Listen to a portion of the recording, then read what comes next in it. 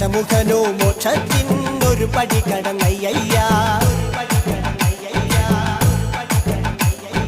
കൊയ്തെടുത്തു ശ്രീരാമൻ രണ്ടാം ശിരസയ്യ. ദശമുഖനോ മോക്ഷത്തിനിരുപടി കടന്നയ്യ. ആഞ്ജനേയ സ്വാമി അരികത്ത് രാമരാമേതി ജപിച്ചങ്ങു നിന്നു. ലക്ഷ്മണന്റെ ഉള്ളിനകത്തൊരു പുത്തിരി കത്തി വിരിഞ്ഞങ്ങു നിന്നു.